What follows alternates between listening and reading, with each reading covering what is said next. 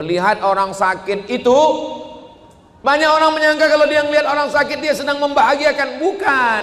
Ngelihat orang sakit itu nasihatnya ke kita, kamu pun juga bisa sakit. Makanya menjenguk orang sakit itu lebih banyak doa, jangan nanya. Ini nanya, sakitnya mana, biayanya berapa? Bertambah sakit dia. Waduh, kalau kayak gini sakitnya kayaknya nggak sampai hari Jumat meninggal ini.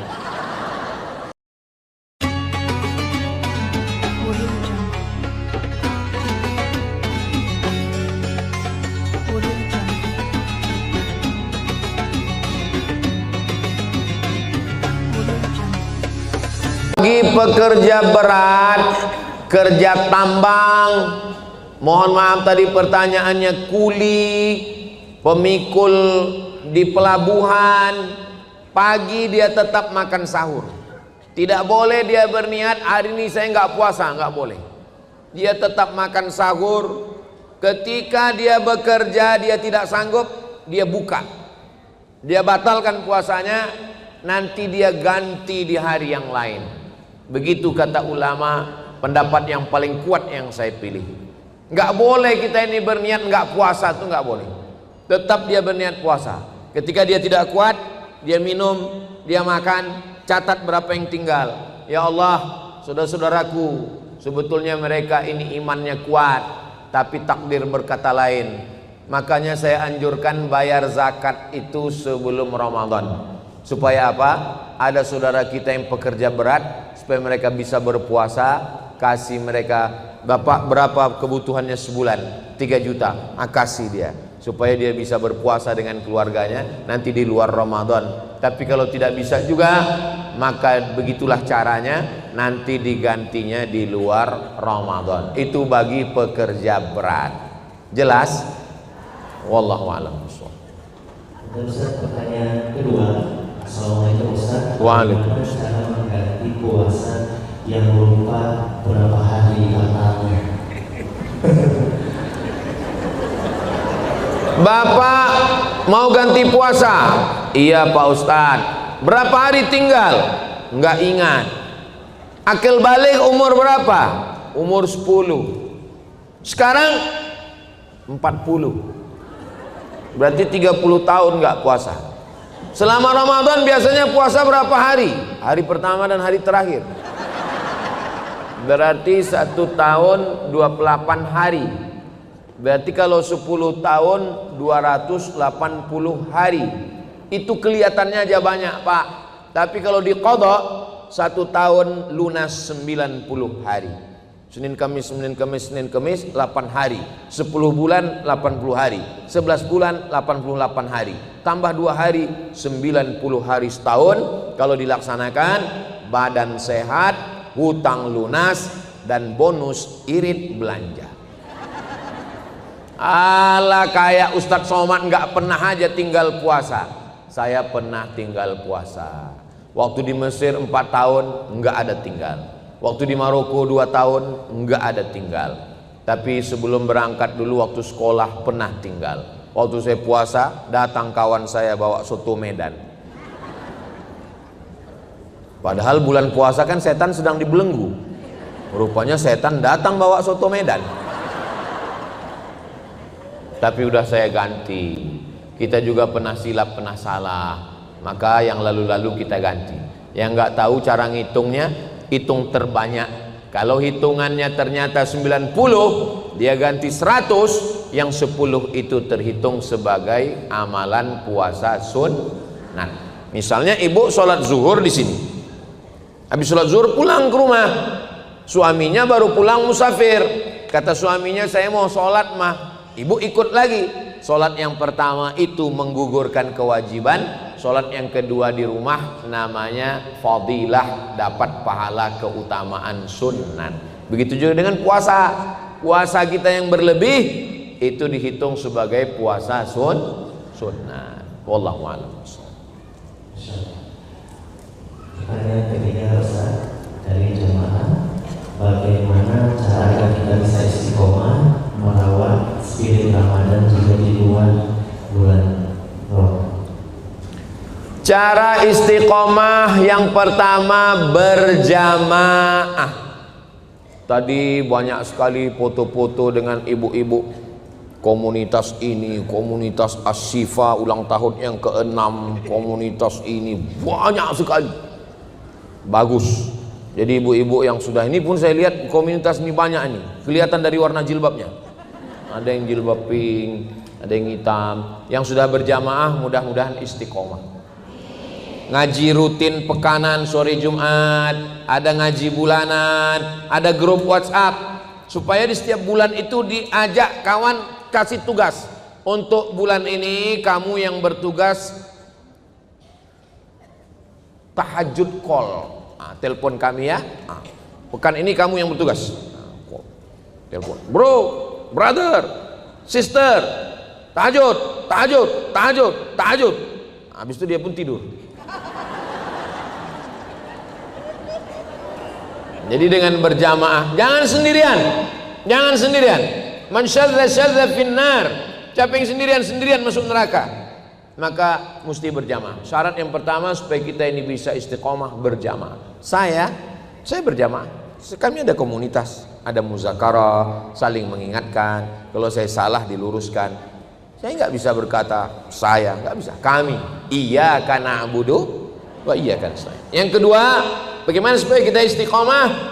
Kalau ada orang sakit, lihat. Melihat orang sakit itu, banyak orang menyangka kalau dia melihat orang sakit dia sedang membahagiakan. Bukan. Melihat orang sakit itu nasihatnya ke kita. Kamu pun juga bisa sakit. Makanya menjenguk orang sakit itu lebih banyak doa. Jangan nanya. Ini nanya, sakitnya mana? Biayanya berapa? Bertambah sakit dia. Waduh, kalau kayak gini sakitnya kayaknya nggak sampai hari Jumat meninggal ini. Jangan banyak ngomong, lihat orang sakit. Yang ketiga, lihat orang mati. Nggak ada orang menasehati saya. Maka nasihat yang paling tajam ke hati dan pikiran saya adalah orang meninggal. Makanya kalau ada orang meninggal saya datang, saya buka wajahnya sampai ke liang lahat untuk mengingatkan saya. Kau pun akan mati Abdul Somad. Semuanya tinggal Pak. Bapak yang hebat-hebat, yang kaya-kaya, yang pejabat, yang konglomerat, tinggal semuanya. Surat tanah Bapak di akte notaris berganti dengan nama orang lain.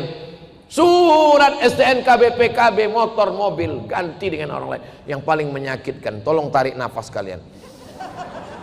Surat nikah berganti.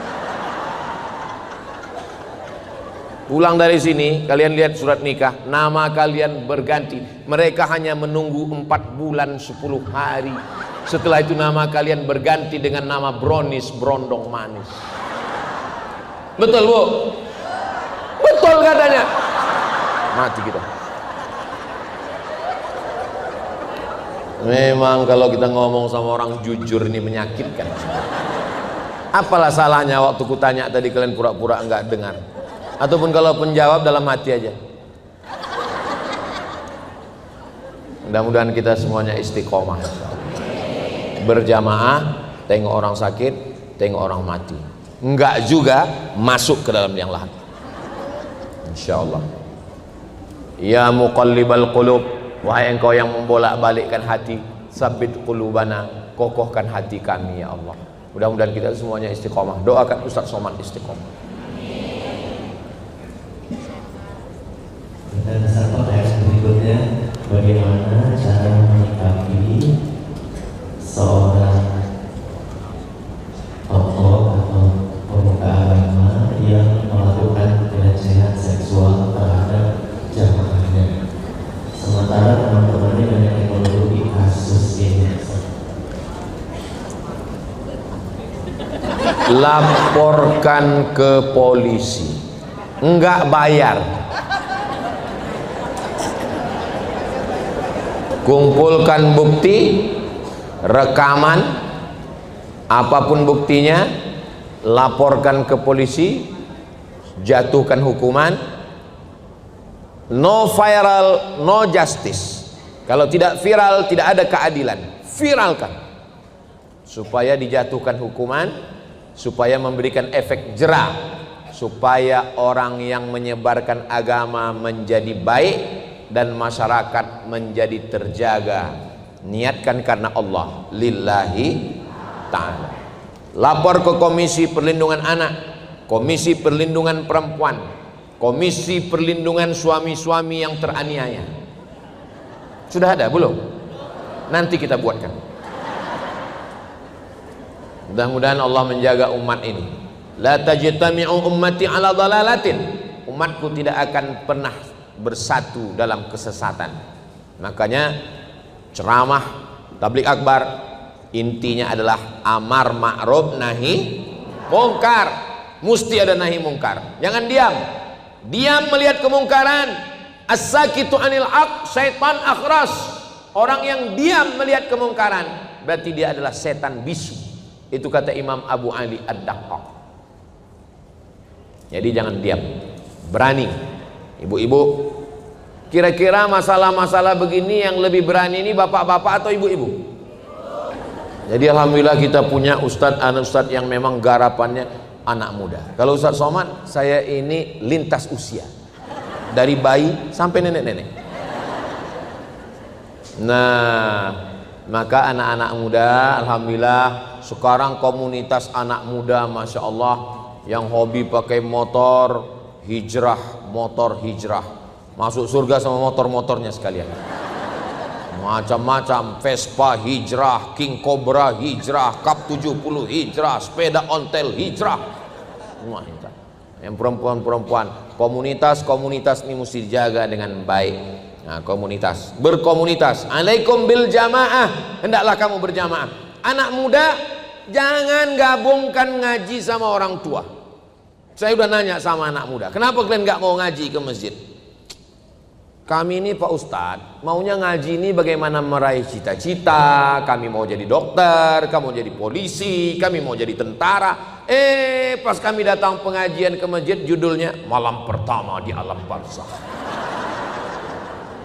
Horor Pak Ustadz. Jadi tolong buatkan ngaji anak muda. Teman saya di Aceh punya komunitas ngajinya di kafe. Anak-anak muda main skateboard, pokoknya mainlah tarik tambang segala macam.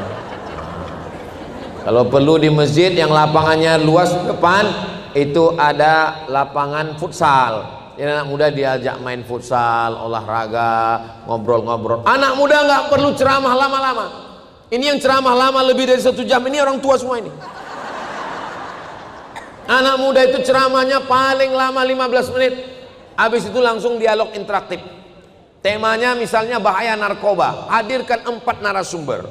Polisi, tentara, dokter, dan Kang Edwin ini kan hadirkan mereka semua, dialog. Baru kemudian mereka tanya jawab. Bagaimana menurut Bapak polisi tentang narkoba? Siapa saja yang pakai kami tembak, kata polisi.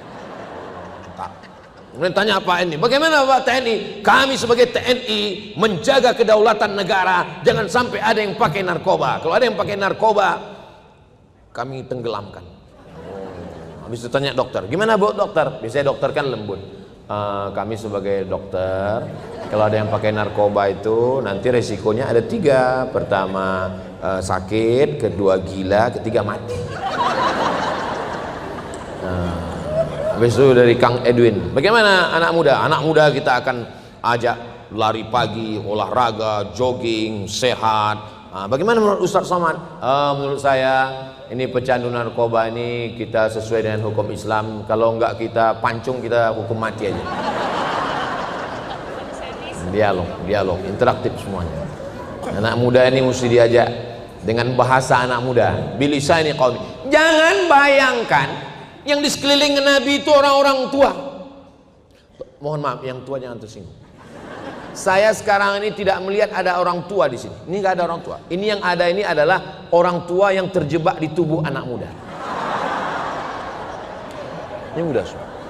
Yang ngaji, yang ke masjid, yang aktif itu muda, walaupun usianya tua.